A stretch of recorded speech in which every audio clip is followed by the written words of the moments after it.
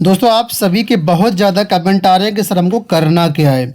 आप लोग जानते हैं एस्टेट में एज एग्जेम्पशन को लेकर के अभी तक विवाद था।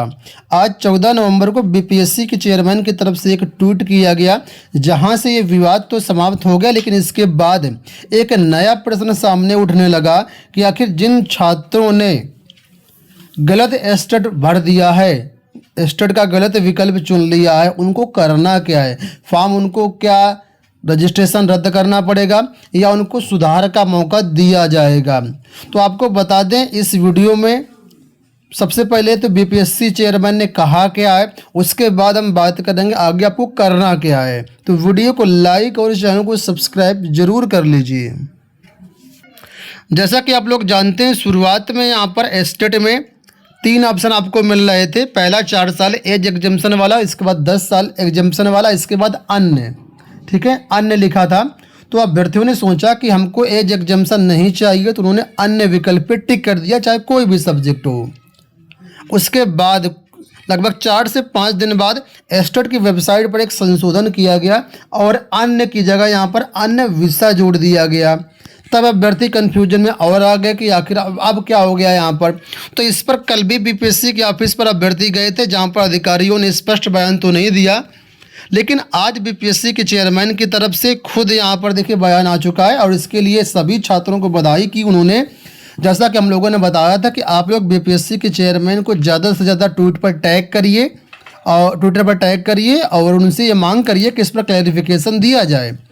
तो छात्रों की इस मांग को देखते हुए बीपीएससी के चेयरमैन की तरफ से यहाँ पर फिलहाल आज 14 नवंबर को 11:30 बजे ऑफिशियल बयान आ चुका है, जहाँ पर चेयरमैन साहब ने ये बताया है कि इसमें किसी भी प्रकार का कोई भी कन्फ्यूजन नहीं है। जहाँ पर आपको जो एस्टेट के विकल्प चुनने हैं उनको विषय के अनुरूप ही चुनने हैं।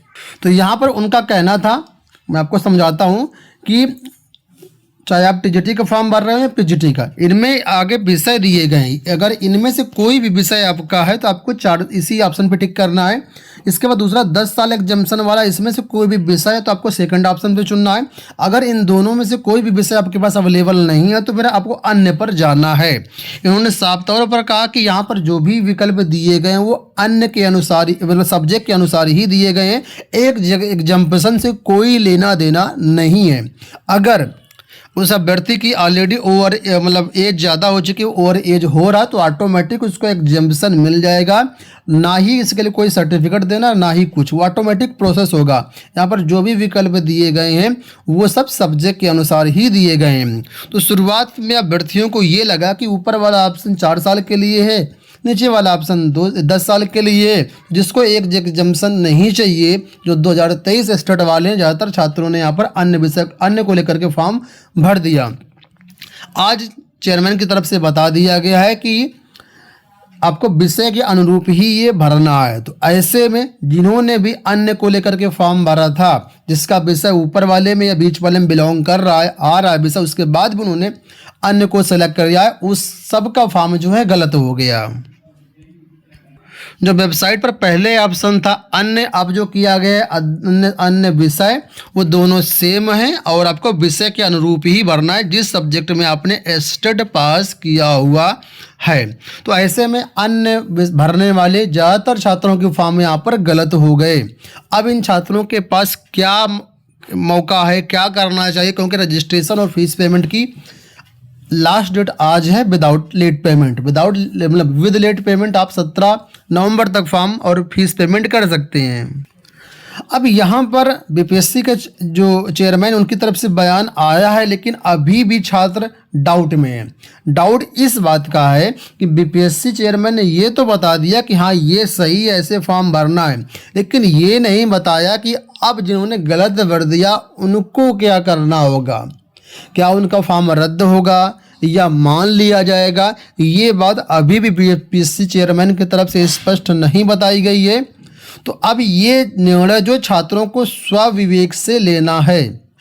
तो यहाँ पर मैं आपको इतना सजेशन दूंगा, अगर आपने अपना रजिस्ट्रेशन कर दिया है, फीस पेमेंट नहीं किया है, तो बिल्कुल आप अपना रजिस्ट्रेशन तुरंत का तुरंत कैंसिल कर दो और नया रजिस्ट्रेशन करके फीस पेमेंट कर दो। सब्जेक्ट के अनुसार ही वहाँ पर एस्टेट विकल्प को आप चुनिएगा, ठीक है। बाकी जो लोग फीस पेमेंट कर चुके हैं वो अगर रजिस्ट्रेशन कैंसिल करेंगे तो फीस उनकी वापस नहीं होगी, क्योंकि साफ तौर पर बीपीएससी का चेयरमैन का बीपीएससी का कहना है अगर कोई फ़ीस पेमेंट होती है तो वो फीस रिफ़ंड नहीं होगी। आप चाहे रजिस्ट्रेशन कैंसिल करो या ना करो, फीस रिफ़ंड नहीं होगी। तो कुल मिलाकर के अगर अभ्यर्थी यहाँ पर अपना रजिस्ट्रेशन कैंसिल करते हैं तो हज़ारों लाखों रुपए की फ़ीस बीपीएससी के पास जाएगी और वो फीस आपकी रिफ़ंड नहीं होगी। तो जिन्होंने फ़ीस पेमेंट नहीं किया वो बिल्कुल निसंकोच अपने फॉर्म को कैंसिल करें। जिन्होंने फ़ीस पेमेंट किया है, अब मौका समय कम है तो ऐसे में ज़्यादा कुछ कह भी नहीं सकता। आप अपने स्वविवेक से निर्णय लीजिए कि आपको करना क्या है। हालांकि बीपीएससी के चेयरमैन इस बात का स्पष्टीकरण दे देते कि फॉर्म उनके रद्द होंगे या मान लिए जाएंगे तो ज़्यादा सही था। ऐसे में एक विकल्प आपके पास और बचता है, हुआ है फॉर्म संशोधन का, क्योंकि एक एक छात्र ने 3-3, 4-4 हज़ार रुपये फीस पेमेंट करी है। जाहिर सी बात है एक पद के लिए अगर आप आवेदन करते हो तो 750 रुपये का फीस पेमेंट करना है। अगर किसी ने 3 फॉर्म भरे हैं तो सीधे सीधे 2250 रुपये उसके इसके बन जाते हैं। कोई 4 पद के लिए आवेदन करता है, 5 पद के लिए आवेदन करता है, क्योंकि यहाँ पर आप जानते हैं कई सारे पद हैं। शिक्षा विभाग में ही टीजीटी, पीजीटी, पीआरटी के पद हैं। इसके अलावा जो कल्याण विभाग है उसमें भी 3 प्रकार के पद हैं। इसके अलावा विशेष अध्यापक हैं, इसके अलावा प्रधानाध्यापक का पद, तो कई प्रकार के पद बन जाते हैं। ऐसे में एक एक अभ्यर्थी 3 से 4-4 हज़ार रुपये की फीस पेमेंट किया तो ऐसे में अगर छात्रों को रद्द करना पड़े तो ये बहुत आर्थिक नुकसान होगा, छात्रों का समय तो बर्बाद होगा ही होगा। तो मैं आपको कहूँगा आप लोग एक बार फिर से आज मांग करिए कि बीपीएससी के चेयरमैन जो है फॉर्म संशोधन का मौका दें, या फिर वो कहें कि जो फॉर्म भरे गए वो बिल्कुल सही है, किसी का भी फॉर्म रद्द नहीं होगा। इस बात का स्पष्टीकरण आना बहुत ज़रूरी है, नहीं तो फिर छात्रों के साथ ही अन्याय होगा। सभी भर्तियों में जो भी होती है वहाँ पर फॉर्म संशोधन का मौका मिलता है, तो ऐसे में बीपीएससी को भी फॉर्म संशोधन का मौका मिलना चाहिए। आप सभी लोग ट्विटर पर जाइए और ज़्यादा से ज़्यादा जो है फॉर्म संशोधन करने के लिए ट्वीट करिए, एक कैंपेन चलाइए और उसमें बीपीएससी की चेयरमैन को टैग जरूर करिएगा, तभी कुछ हो सकता है। या फिर जो छात्र पटना से हैं और बीपीएससी के ऑफिस जा सकते हैं, वहाँ पर ऑफिस जाइए और बोलिए कि इस पर क्लैरिफिकेशन अपना दीजिए। अदर जो लोगों ने भरा है उनका फॉर्म एक्सेप्ट किया जाए, फॉर्म रिजेक्ट ना किया जाए, या फिर फॉर्म संशोधन का मौका दिया जाए। तो सिर्फ आपके पास विकल्प ये फिलहाल अभी उपलब्ध है।